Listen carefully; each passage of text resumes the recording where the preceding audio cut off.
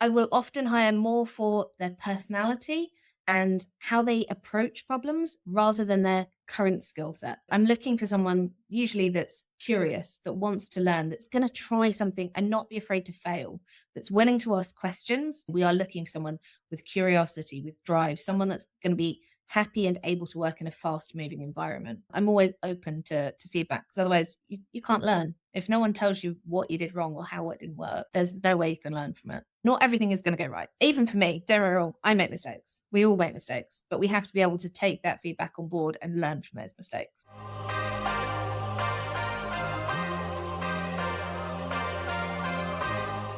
We are live on the Objective Hiring Show with Beth. Beth, thank you so much for joining us. Thank you very much for having me. It's our pleasure with your beaming smile to kick off the show. That's a great start. I was wondering if you could start by giving us just like a brief introduction about yourself and what you're currently doing, just so our audience can learn a little bit about you. Yeah, of course. So my name's Beth. I'm the head of data and intelligence at Easyfairs UK Global, and we run events, so conferences and exhibitions, mainly in Europe, but all over the world. So I work with our central support team that support all of the different events that we work with, running the data and the analytics side. Nice stuff. And events are good fun. Must be an interesting business to be a part of. It is. I have to admit, I wasn't expecting to come into events, but I fell in love with it. And I've been in events for 10 years now, and I can't really imagine doing anything else, even though I love the data side. One thing we were chatting about when we met about a month or so ago was your kind of hiring philosophy of trying to hire people based on potential. And I think it was a really interesting take you had on this. And I'd love to just pick your brains on this topic. Like, why have you taken this approach? How's it worked in the past? What are some challenges with the approach? I think for me, it started personal. I didn't mean to come into data. It wasn't my goal. I didn't start out or go to university going, I'm going to be a data person.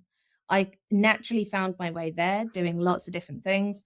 And I ended up working with a lot of our event data from my first event company and going, well, I enjoy this. This is good. It's different. I can make a difference with this. And so from that journey, I want to make sure others get the chance.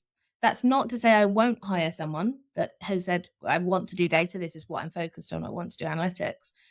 But I think everyone's got that potential. And if they've got the drive, the curiosity, and they want to try, I'm willing to take a bit of a punt sometimes, depending on who the person is. And you say depending on who the person is. So is there a sense of like some kind of transferable skills or some mindset that you're looking for? Yes. So very much, I will often hire more for their personality and how they approach problems rather than their current skill set. So I'm looking for someone usually that's curious, that wants to learn, that's going to try something and not be afraid to fail, that's willing to ask questions, but is also not going to hide behind a screen. So they need to be able to work with the event teams.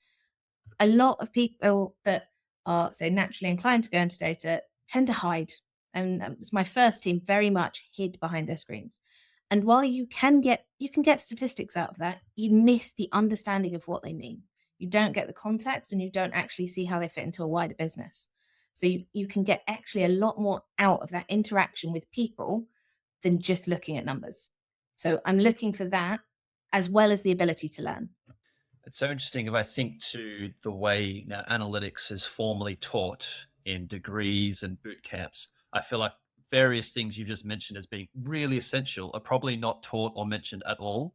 And you'd have this perception if you came into it that you are just your job is to chop Python code or write SQL, create a Tableau viz, and then job done. But it's not like that at all, is it?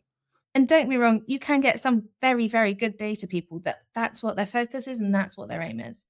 But from being able to actually see how it fits into a business and how to actually help with analytics and push things forward, you're missing those key skills.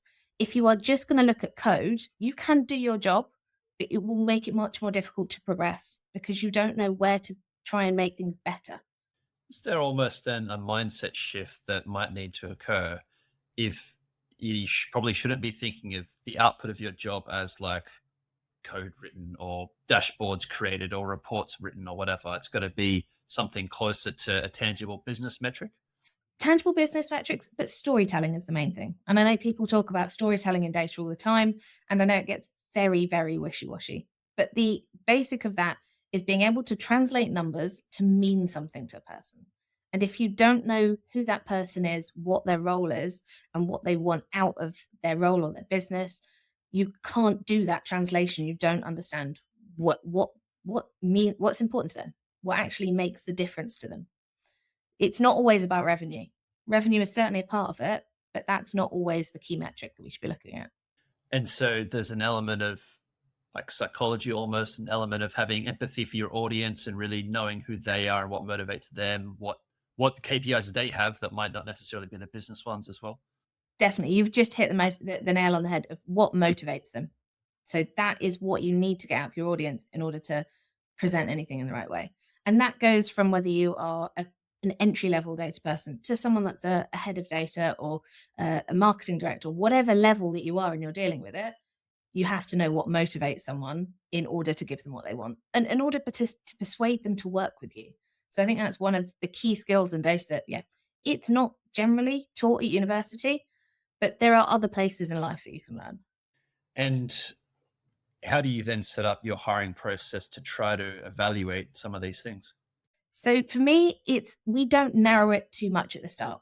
It's making sure that we are open to lots of different possibilities. Our normal hiring process, in some ways, we're fairly lucky. We don't get hundreds of applications. So we don't have to worry about going through hundreds.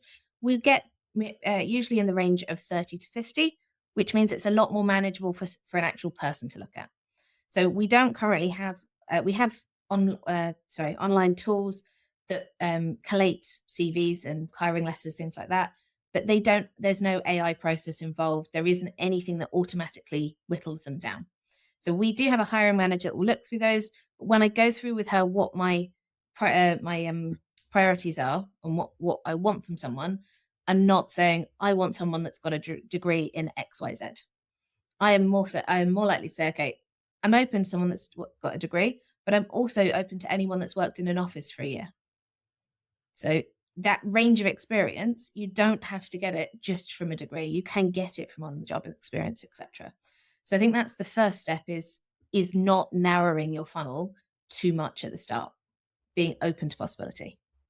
Because you don't have necessarily quite tight criteria initially, does that then mean the pool of candidates you filter through is just naturally more diverse? Like there's a wider breadth of different types of candidates. Because we're not putting in that job advert, you have to have a degree, it automatically widens you up to more possibilities. There's more people are more likely to apply, and you can get people with a better mindset. And I mean, part of our job as well is we are based on location. So we have to be in the office at least 3 days a week. So I'm not looking for people that are purely for remote. I'm looking for people that come into the office. So for somewhere, we are based in London, and for a place in London, it's actually a lot longer to get to than you think. So if you've got someone that's going to be 2, 3 hours away, even though they say in London, we're more likely to narrow down on geographical criteria than we are on, okay, they haven't been to university, they're coming out of this list. We also asked for them to talk about their experience. So we asked for them to say, okay, how does this fit in to data? We want part of our job spec will say we are looking for someone with curiosity, with drive, someone that's going to be happy and able to work in a fast moving environment. So we are looking for those sort of examples in the cover letter. And would these typically be reasonably like junior analyst roles that you'd be hiring with this approach? Yes. So usually we are going for a more junior role. It's something that there's pros and cons, but we've got a fairly small team. So there are 6 of us, and it means that we have junior roles, and naturally they then progress. And as they progress, they either stay with the company and grow in those roles, or they leave and go on to find new places. And you know what? I've been really proud of people in my team for doing both things. I'm never going to stop someone and hold them back. If they find something that's bigger, better, want to move on, that's not a problem. But it's then another opportunity to find someone that's new and then train them and bring them into the world of data. Yeah, I think that's a good mindset to have. I'm sure not every hiring manager would have that because it would be easy to be almost protective or think, oh, I've invested all this time in this person and now they're leaving me. I guess some people might put it that way. There is, but I think that's also how we network and how we grow. No one is ever gonna well, very few people stay in the same job for their entire life. And especially with the job market at the moment, from what I've seen, most people change jobs every 2 years or less. There are very few people in the industry that I'm in and the people that I know that stay in that job for a longer time. I'm one of the ones that bucks the trend. I've been in this job for almost 6 years now, so not everything follows the rule. But for a lot of people, I think there is a quite a high churn rate at the moment in just generally in the job market. And I would have thought, especially so at the more junior end, where it's a bit more natural that you would chop and change a bit more frequently. At least in my experience, it was a fairly easy way to get better jobs. But that doesn't mean that's always the case though. So I said there are 6 of us on my team at the moment. From my team, one has been there since similar time when I was hired, so she's been there 6 years as well, and another has been with us coming up on 3 years. So it's not necessarily that there is a constant change. Sometimes it just takes time to find the right person, but yeah, it's up to people what that person wants. Do they want somewhere stable that they can learn and they can grow? Or do they just want to get as much money as quickly as possible? It's, I think you'll always find there are different candidates that want different things. Yeah, and it's also maybe a stage of life thing. Like what motivates you when you're 25 is probably different to when you're 35 on average. Very much so. And different expectations as well.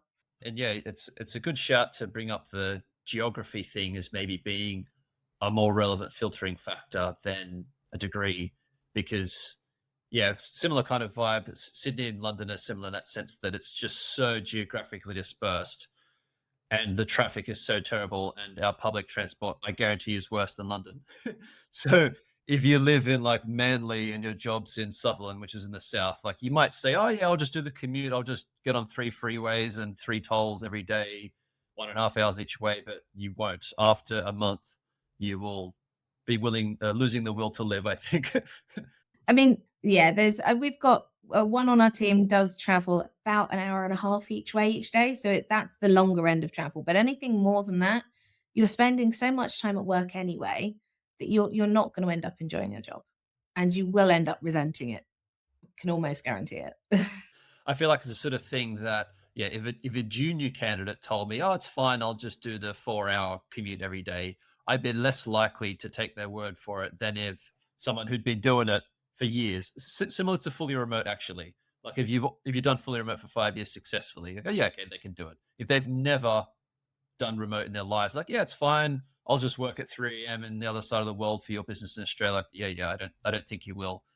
I think touching on remote working, I think it's something that we need a lot of trust for. It's become much more common since COVID. I mean, COVID was the absolute impact on it.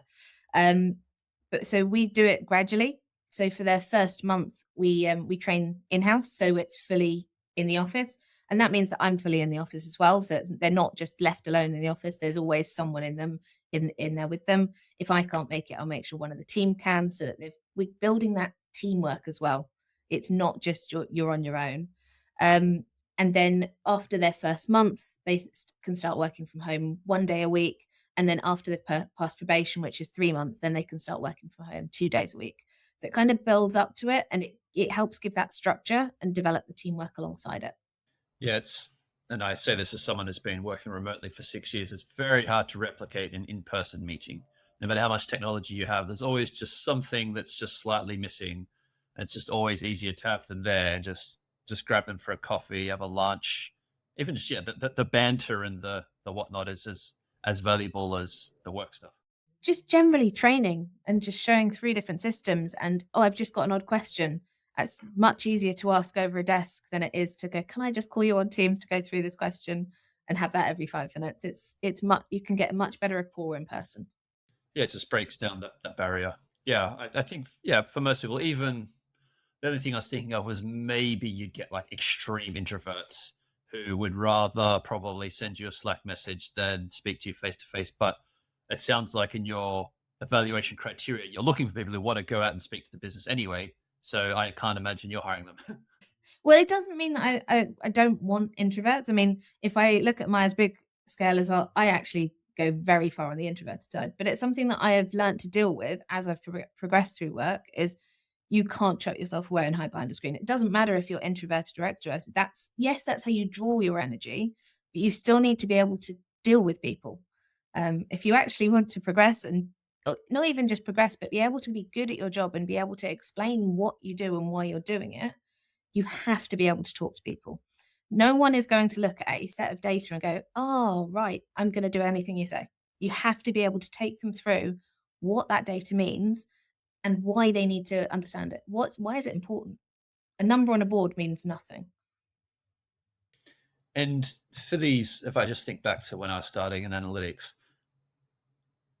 the skills you're talking about, I feel like are more difficult than the technical bits, like almost higher value add to have that level of communication, empathy, understanding of motivation, communicating, data storytelling.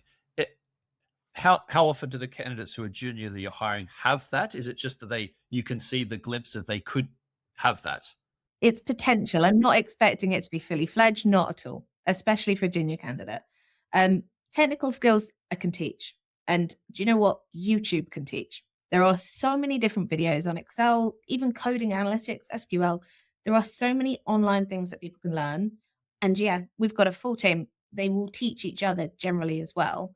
That I'm not worried about them learning the technical side. Yes, I want some basics. So some and I want them to be honest about what they know. That's a big no-no for me with hiring. Is anyone trying to say they can do something that they can't? I'd rather they just flat out say, no, I don't know how to do it. But that being able to interact with people, that doesn't come naturally to everyone. And that's something that they have to be able to work with a team and with other people.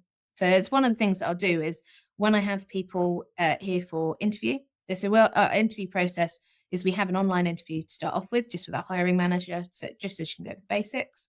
Then we have one face-to-face interview that is half test on Excel and half face-to-face, like traditional interview, so to speak. But as part of them, that my team sits outside of 2 meeting rooms. So usually one of those rooms is free, and I will introduce the person to the team just as we go towards the meeting room where I've got the interview. And that right from the beginning, when you're bringing them into the office, you are watching how they interact.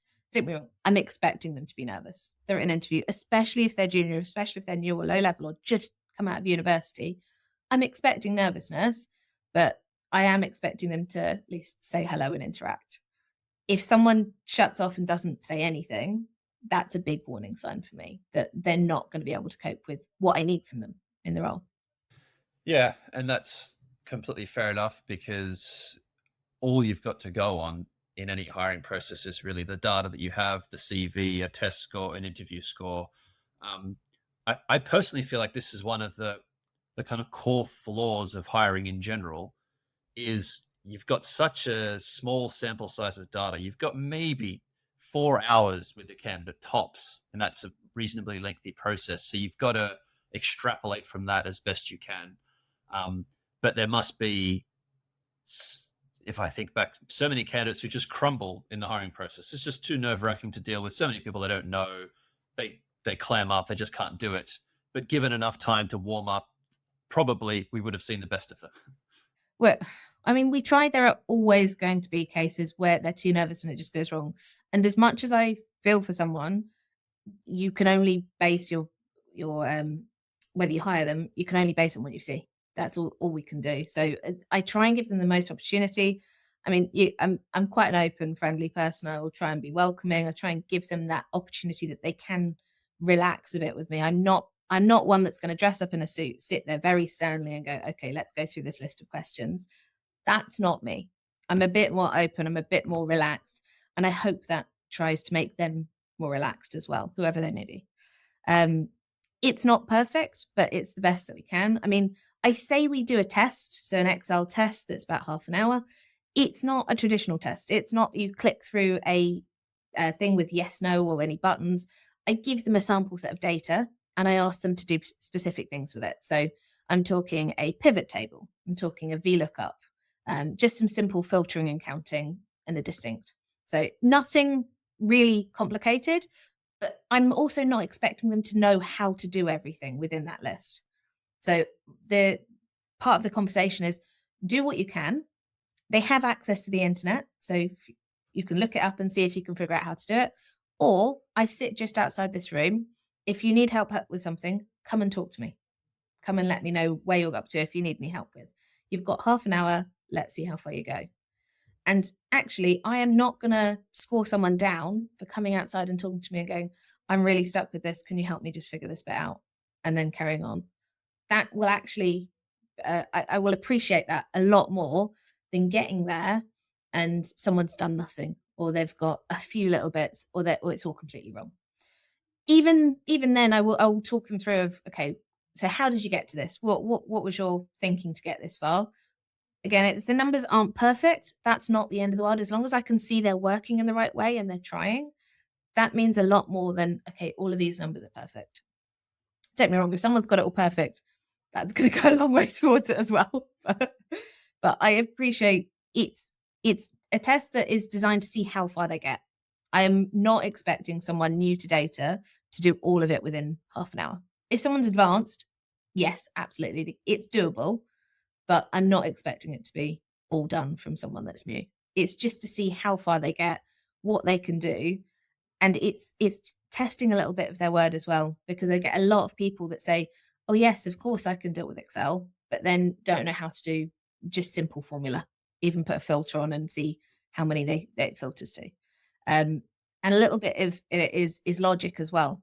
So one of the things I give them a hint at the beginning is look at what the different emails are. So it's all blanked out data. So it's like email 1, email 2, email 3, but it's not necessarily unique. So it's, do they take the time to think, okay, it's not just filter to everyone that has an email. I need to see how many unique ones there are. That sort of thing. It's a bit of logic and common sense, as well as how do I do this in Excel? But as I say, I'm not expecting them to finish everything or have everything perfect. It's so that I can see how they approach a problem. Thinking back on the almost like spectrum of candidates who've taken this test. So, of course, we can imagine what very good is like. They go in, they smash it, they get everything right, they communicate it well. Great. That's obviously good. I could imagine bad would be they just can't do any of it. They don't ask for help. They flounder completely. Are there any other like common patterns of where candidates fell down? The most common places are trying to overcomplicate things. So, for instance, if I say, yeah, how many emails are there, or how many people have a phone number, I think is one of the questions, that you can do by a simple filter. You can you literally put a filter on, you say it has a number, yes or no. That's all you need to do. But you get some people that very much go, okay, I need to do a pivot table on this, I need to do X, Y, Z. And you don't need to overcomplicate it. Just there is an answer there that's very straightforward without going over the top. So I think that's the first one. The other one is trying to make it too pretty with only like the first question answered. So I've had one that only had the first section, but had done it beautifully. And it's like, that's lovely, but I'd rather you'd spent that extra time trying to figure out the rest of it rather than just making it pretty. That's personal preference as well. So I know there are other people that would much rather they presented it in a very nice way. But for me, I'd rather they attempt more of the questions than just spend the time to make it pretty. Yeah, it's fascinating as you're describing that, because straight away through my head is running all the people I've ever worked with and myself and kind of pattern matching where we would likely fall. So I reckon if I had taken your test as a junior, I would definitely not have asked you for help. Like I would have 100% plowed on myself, even if it was plowing onto inevitable failure. I definitely would not have got up and asked for help. So I would have done that for better or for worse. I definitely wouldn't have made it pretty. So it would have been completely ugly. So at least that is okay. But I can think of someone I've worked with who would have done the exact thing of like half an hour to make it the color coded everything to answer 0 questions. Like, I don't care about that. Just give me the answer. Uh, it's all to do with our biases of how we think, I guess. It is. It very much goes to how I think. And I think that's partly how I choose my team is I want them to be striving for doing better. I want them to make it look good, don't get me wrong. But for me, it's can you do it? Not can you make it look pretty? But then that goes back to the communication as well. even if it doesn't look the prettiest, you still have to be able to communicate it. But then I go back to, if it was all wrong, that doesn't mean that they have automatically failed. What I will then get them to is, okay, take me through how you did this. And if they have made a solid attempt and been able to show some skills in how they've attempted it, that still goes a long way towards whether I'll hire them or not. Then it will go back to those traditional interview skills, and getting to know them that way as well. You mentioned in passing looking for that kind of adaptability. Obviously, these candidates are fairly junior. They're going to have to learn a lot pretty quickly, the soft skills, the hard skills. And adaptability has been such a common talking point on this podcast in the last month. I think because of how rapidly AI is changing, that everyone's job is changing so quickly. It's like almost the ground beneath our feet is moving in a way. Is there any kind of way you specifically try to look for adaptability in that interview? Any cues the candidate would give that they either are or are not, or like a growth mindset or not growth mindset kind of person? I'll ask for examples in day-to-day life or things that aren't necessarily traditional jobs. I mean, so if I look at my team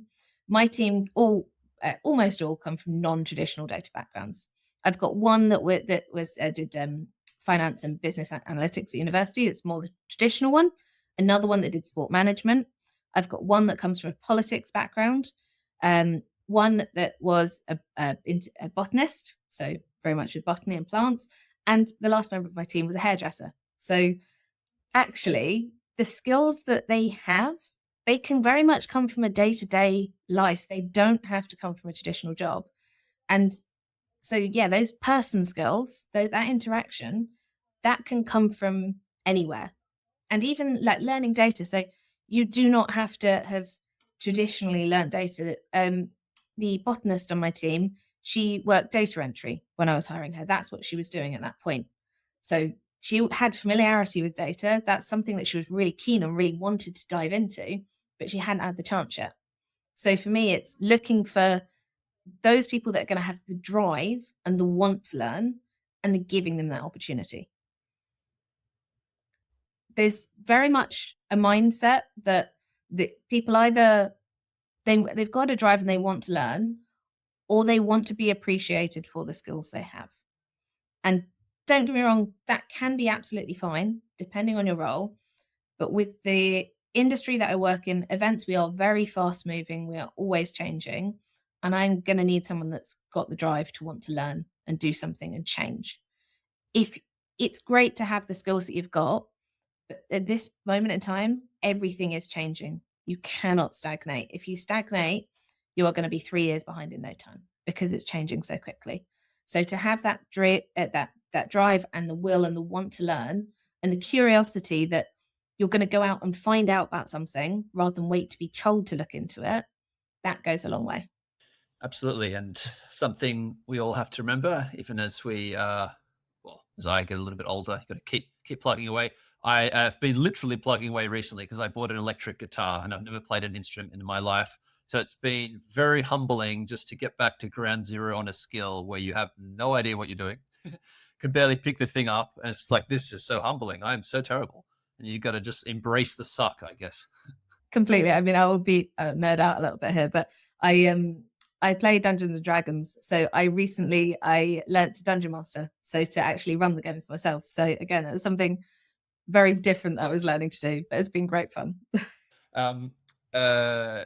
And what about AI specifically? Like, is that a skill that you want your candidates to have?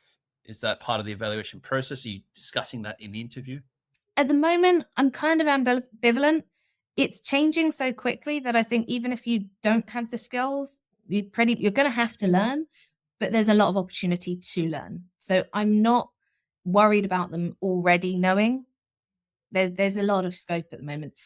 And I think there's so much change and so much potential legal change that I don't want to bank on someone already knowing something. I'd rather, they're willing to learn about it, when and if they need it, and how it's going to change. Because what we know now, or what we thought we know now versus what we did 6 months ago, even a year ago, 2 years, we would never have thought we'd been in this situation. So it's changing so rapidly that you've just got to be open to change at the moment with it. What about this perspective?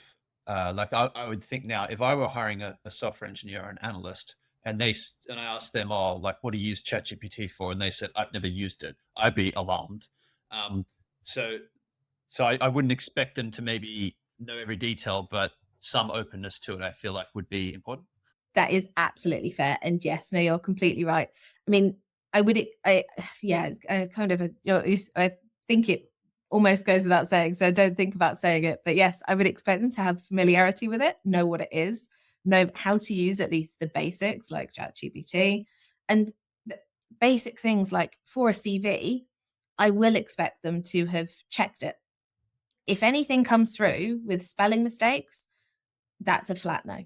And don't be wrong, I completely understand that everyone's got different complexities, that they are good at spelling or bad at spelling, or they need help with that sort of thing. But there are so many tools now that you can check them that there is no excuse for not having the basics correct.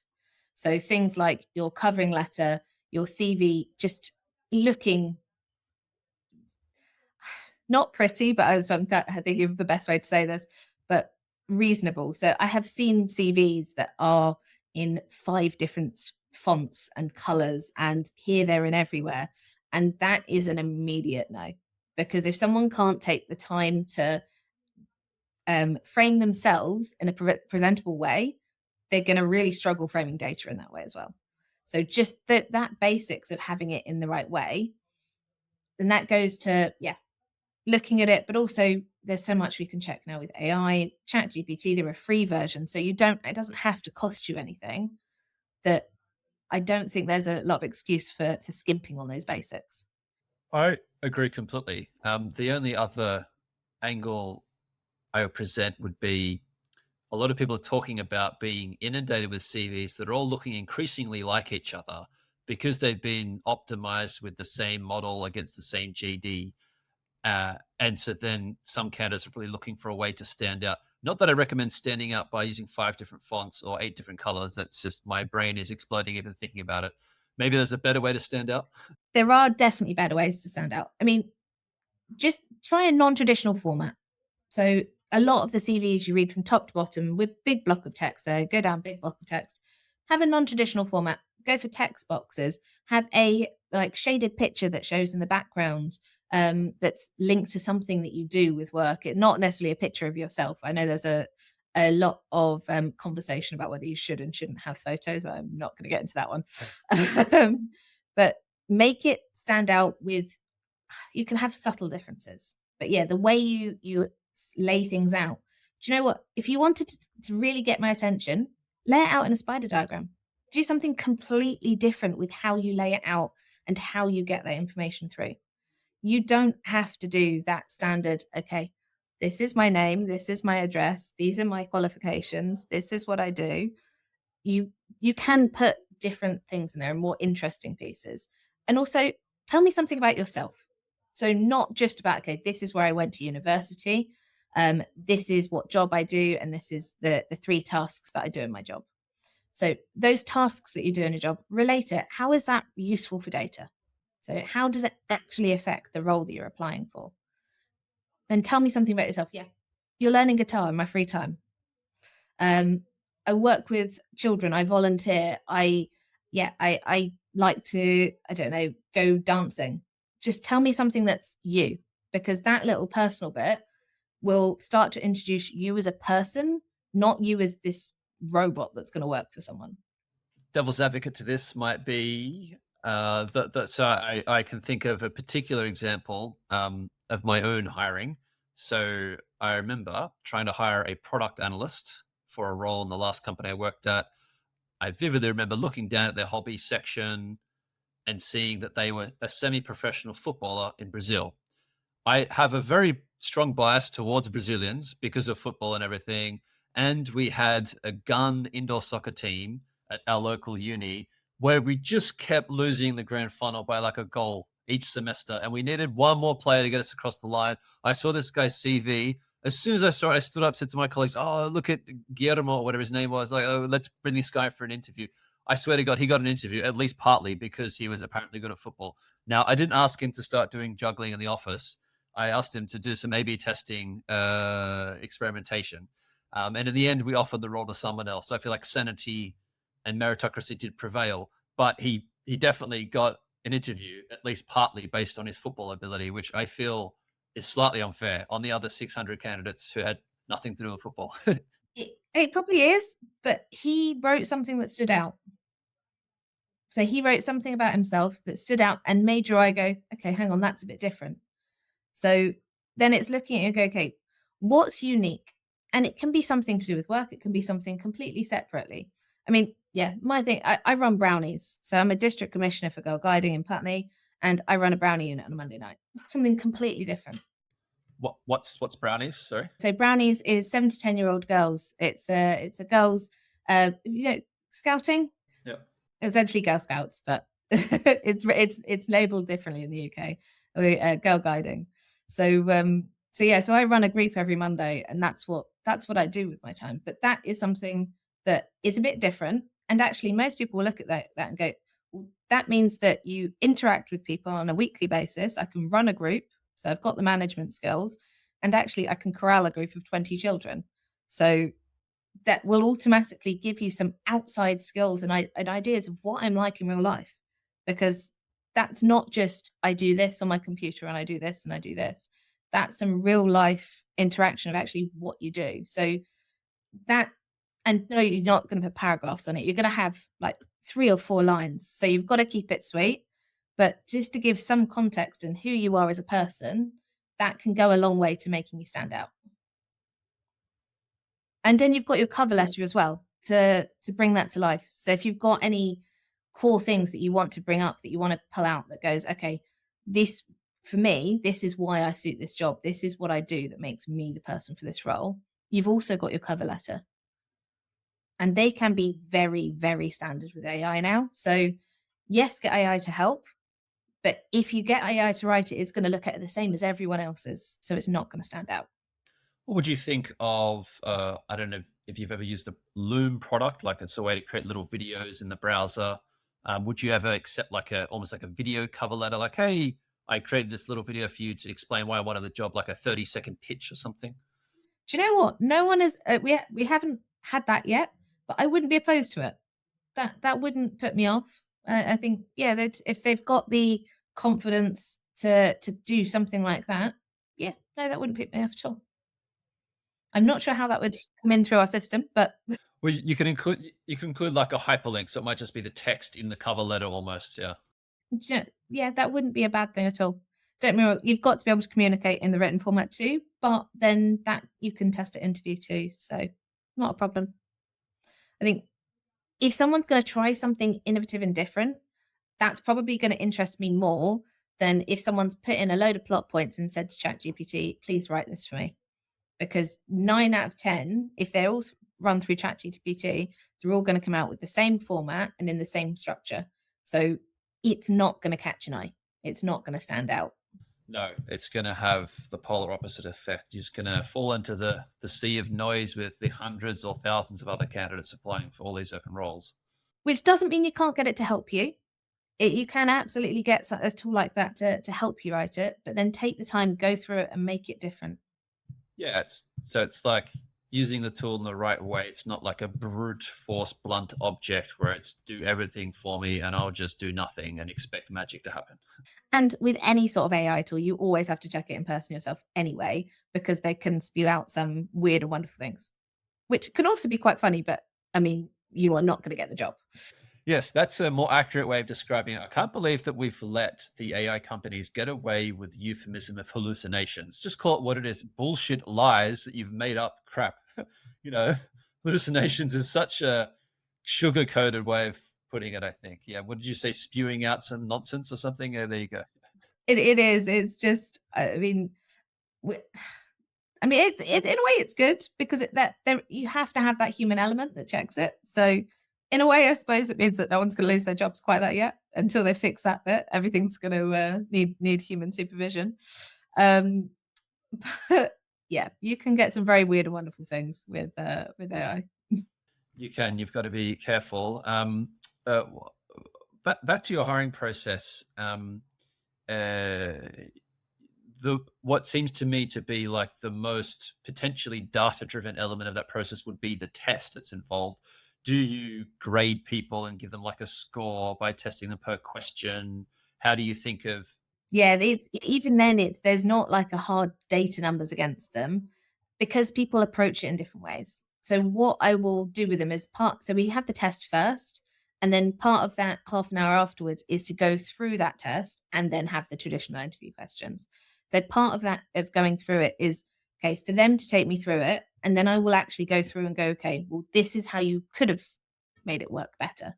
Or this is how you could have approached it in order to get that, or yeah, might not want to try and overcomplicate it here. This is how you can get it in a more simple format.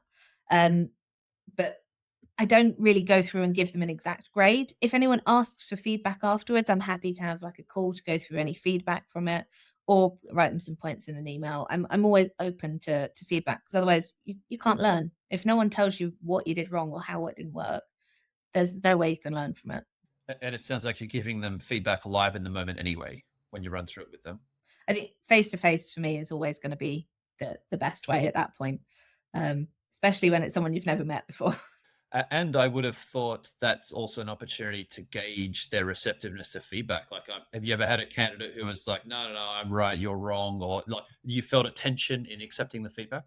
Yes, yeah, that's a good point, and it's something that very few have been like belligerent about it and said, "Nope, I'm right." But you do get some that you can visibly see them go, well, if you didn't want me to try it, you should have just told me how to do it in the first place rather than try to let me figure it out. I've had more of that response than a no, I'm right. Um, because if they've got the right answer, then yeah, usually you can explain why it's right. But I do give them the opportunity to explain how they've got to that point. So if they think they're right, then we can go through it in that way. But you do get some that crumple, that get very, very scared about that negative, well, not negative, constructive feedback. And you can see them visibly getting upset and withdrawing. And that's not a good thing either, because you have to be able to take feedback and learn. And not everything is going to go right. Even for me, don't get me wrong, I make mistakes. We all make mistakes, but we have to be able to take that feedback on board and learn from those mistakes. So part of it, you can definitely gauge how they react to feedback. It's helpful for them also if you're going to be their manager or the two up or what have you. You're giving them feedback in the moment. They can, yeah, see how they receive that and think about working with you as well, rather than just you peppering them with questions in a traditional interview.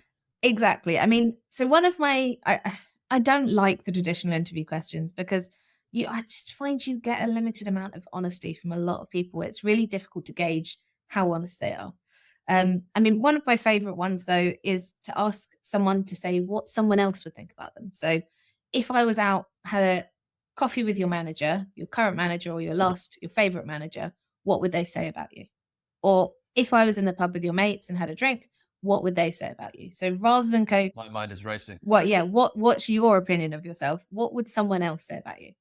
And I think that can tell a lot. You can tell a lot from a person about that. But again, it's relying on that honesty and that feedback.